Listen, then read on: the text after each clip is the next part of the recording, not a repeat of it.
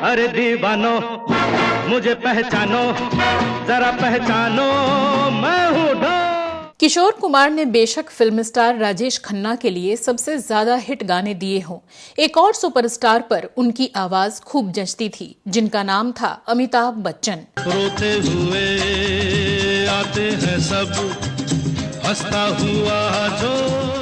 उन्होंने अमिताभ बच्चन के लिए ऐसे सुपरहिट नगमे गाए जिन्होंने फिल्म इंडस्ट्री में धूम मचा दी। आती रहेंगी बहारें,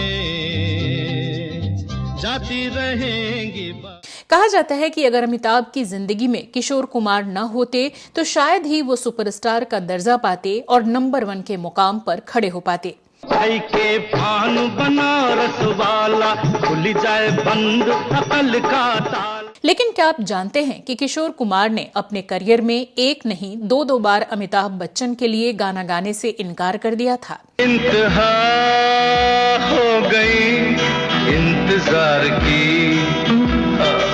क्या आप सोच सकते हैं कि अमिताभ बच्चन ने भी एक बार किशोर कुमार की फिल्म में मेहमान कलाकार की भूमिका निभाने से मना कर दिया था। लोग कहते हैं मैं शराबी हूँ, तुमने। और क्या आप यकीन करेंगे कि अमिताभ बच्चन ने गायक से अपने किए की माफी भी मांगी थी, तब जाकर किशोर कुमार उनकी फिल्मों में गाने को तैयार हुए थे। ओ साथी रे तेरे बिना भी क्या जीना। क्या था पूरा घटनाक्रम और क्यों बार बार नाराज हो जाते थे किशोर कुमार? क्यों मोहम्मद रफी को निभानी पड़ी थी किशोर कुमार के फिलर की भूमिका, और क्यों वो नहीं देख पाए अमिताभ के लिए गाए अपने आखिरी गाने की रिलीज? जानेंगे और भी बहुत कुछ, बस आप बने रहिए हमारे साथ। नमस्कार दोस्तों, आप देख रहे हैं ड्रामा सीरीज भारत और मैं हूं आपकी दोस्त और होस्ट श्वेता जया। सदी के महानायक अमिताभ बच्चन पर वर्सेटाइल सिंगर किशोर कुमार की आवाज कितनी मैच करती थी, ये बताने की जरूरत नहीं है। अगर बात करें अमिताभ बच्चन की शुरुआती हिट फिल्मों की, तो ये कल्पना करना भी मुश्किल है कि उन पर फिल्माए गाने किसी और सिंगर की आवाज में होंगे। किशोर कुमार का करियर अमिताभ बच्चन के काफी पहले शुरू हुआ था और जब दोनों की मुलाकात हुई तो वो एक स्टार का दर्जा हासिल कर चुके थे। हालांकि अमिताभ के अभिनय वाली कई फिल्मों में किशोर कुमार ने गाने गाए, लेकिन जिस फिल्म में दोनों एक दूसरे के पूरक बने वो थी 1971 में रिलीज फिल्म संजोम। रूप ये तेरा जिसने बनाया वो। यहाँ अभिमान फिल्म का जिक्र जरूरी है, जिसमें अमिताभ ने एक सिंगर की भूमिका निभाई है और वो स्टेज पर गाते हुए दिखते हैं। मीत ना मिला रे मन का, मीत ना। कम लोगों को मालूम होगा कि इस फिल्म में किशोर कुमार ने सिर्फ 2 गाने ही गाए थे। मीत ना मिला के अलावा जो दूसरा गीत था वो था तेरे मेरे मिलन की ये रहना। तेरे मेरे मिलन की ये रहना। इन दोनों गीतों की रिकॉर्डिंग के बाद किशोर कुमार अचानक लापता हो गए और बाकी के गाने रिकॉर्ड करने से भी इनकार कर दिया। हालांकि इन गीतों के संगीतकार सचिन देव वर्मन थे, जिन्हें किशोर कुमार अपने पिता की तरह सम्मान देते थे, और अमिताभ भी तब इंडस्ट्री में नए ही थे, इसलिए किसी रंजिश का सवाल ही पैदा नहीं होता। फिर क्या वजह हो सकती थी किशोर के इनकार की? दरअसल ऋषिकेश मुखर्जी की इस फिल्म में कहानी एक ऐसे गायक की थी जिसे अपनी पत्नी की सफलता से ईर्ष्या होने लगती है। उन्हीं दिनों किशोर कुमार का उनकी पहली पत्नी रुमा गुहा ठाकुरता से अलगाव हुआ था, जो बांग्ला फिल्मों की सफल अभिनेत्री और गायिका थीं। किशोर कुमार को महसूस हुआ कि ये कहानी उनकी ही जिंदगी पर आधारित है। उन्होंने इस गुस्से में कि कहीं उनकी निजी जिंदगी तमाशा न बन जाए, इस फिल्म से किनारा कर लिया। 1973 की इस प्रतिष्ठित फिल्म ने पिछले दिनों अपनी 50वीं वर्षगांठ मनाई थी। तब इस किस्से पर भी चर्चा हुई थी। हालांकि कुछ लोगों का कहना था कि अभिमान हॉलीवुड की film a star is born पर आधारित थी, तो कुछ ने इसे सितार वादक पंडित रविशंकर और उनकी पहली पत्नी अन्नपूर्णा देवी की जिंदगी पर आधारित बताया था। हालांकि बाद में एक साक्षात्कार में ऋषिकेश मुखर्जी ने स्वीकार किया था कि ये फिल्म किशोर कुमार और रुमा गुहा ठाकुरता के संबंधों पर ही आधारित थी। किशोर कुमार के इस अप्रत्याशित फैसले के बाद एस.डी. बर्मन साहब ने 2 युगल गीतों के लिए 2 अलग अलग आवाजों को फिल्म में शामिल किया। मोहम्मद रफी ने गाया तेरी बिंदिया रे और लूटे कोई मन का डगर को अपनी आवाज दी मनहर उदास ने। हालांकि इस पूरे प्रकरण में फिल्म के नायक अमिताभ बच्चन की कोई भूमिका नहीं थी, लेकिन सबसे ज्यादा असर उन पर ही पड़ने की आशंका थी। बहरहाल इसके बाद भी अमिताभ पर फिल्माए गानों के लिए किशोर कुमार अपनी आवाज देते रहे। किशोर कुमार की निजी पसंद पर ध्यान दें तो उन्हें अमिताभ के मुकाबले राजेश खन्ना ज्यादा प्रिय थे। उन्होंने राजेश खन्ना के लिए सबसे ज्यादा 245 गाने गाए थे, जबकि अमिताभ के लिए 131 गाने ही गाए।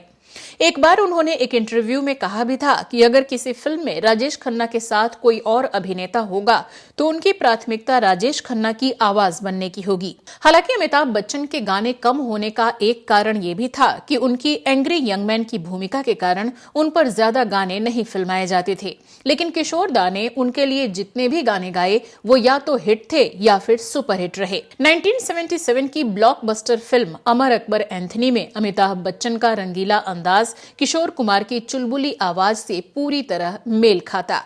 My name is Anthony Gonsalves.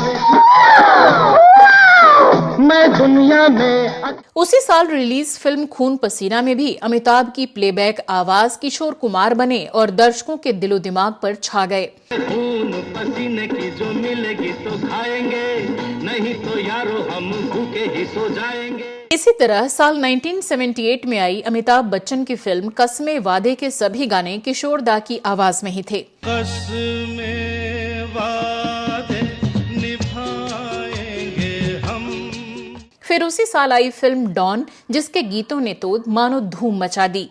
इस फिल्म के गाने बरसों तक अमिताभ की पहचान बने रहे, चाहे मॉडर्न स्टाइल में गाया टाइटल सॉन्ग हो या शुद्ध देसी अंदाज में गाए गाने। किशोर कुमार साहब हर अदा में पूरी तरह से हावी हो गए थे। ये है बम्बई नगरिया चुचेक बबुआ। साल 1978 में ही आई फिल्म मुकद्दर का सिकंदर एक और ब्लॉकबस्टर फिल्म रही, जिसके गीतों ने दर्शकों पर लंबे अरसे तक अपना असर कायम रखा और इसमें भी अमिताभ की आवाज बने किशोर कुमार। के आगे की अब दास्तां मुझसे सुन के तेरी नजर।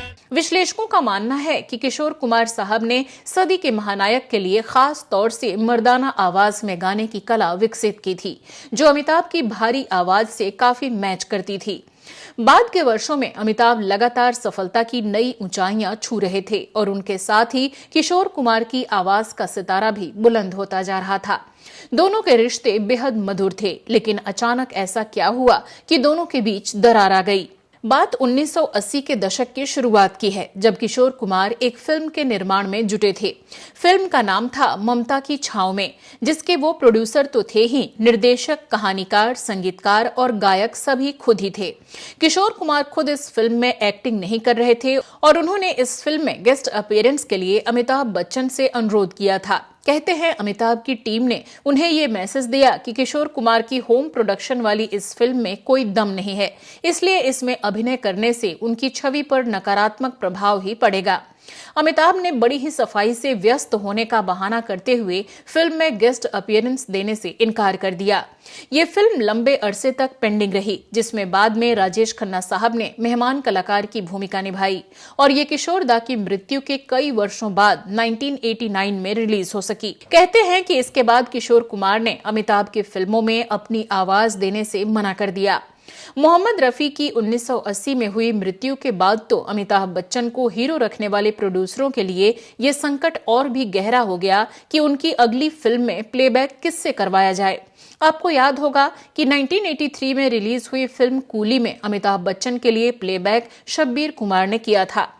हालांकि बच्चन साहब की फिल्में तो हिट हो रही थीं, लेकिन वो अपनी आवाज से बहुत संतुष्ट नहीं थे। इसके अलावा वो किशोर कुमार साहब से कोई बैर रखना नहीं चाहते थे। साल 1983 में 3 जुलाई के दिन जब किशोर कुमार अपने बेटे अमित कुमार का जन्मदिन मना रहे थे, तब अचानक एक बिन बुलाए मेहमान ने आकर सबको चौंका दिया।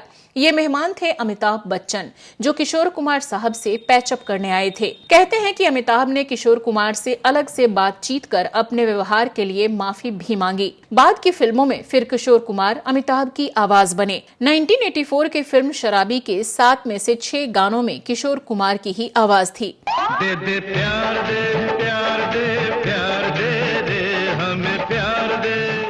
इसी साल रिलीज हुई फिल्म इनकलाब में भी सभी 5 गानों में किशोर कुमार की मधुर आवाज ही गुंजायमान रही। सारे बदन में जहर चढ़ गया, बिच्छू लड़ गया, बिच्छू लड़ गया। 1984 में इंदिरा गांधी की हत्या के बाद राजीव गांधी प्रधानमंत्री बने और उन्होंने अपने बचपन के मित्र अमिताभ को राजनीति में खींच लिया।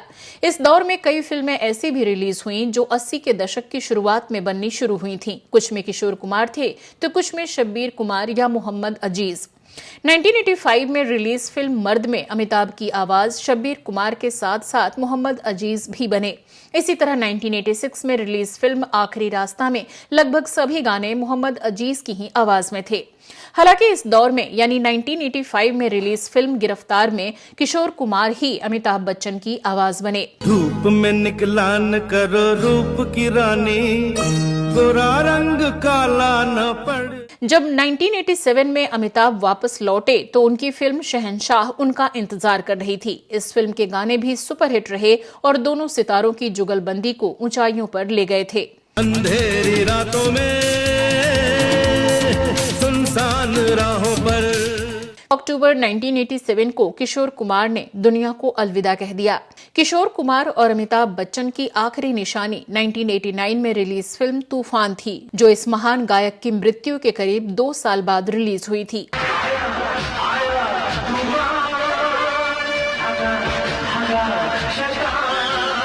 तो दोस्तों, ये थी अमिताभ बच्चन और किशोर कुमार के साथ की उतार चढ़ाव भरी अनोखी दास्तान। आपको ये कहानी कैसी लगी हमें अवश्य बताएं। अगर आप भी इस दोस्ती के बारे में कोई जानकारी रखते हो तो वो भी लिखना मत भूलिएगा। अब दीजिए अपनी दोस्त और होस्ट श्वेता जया को इजाजत। नमस्कार।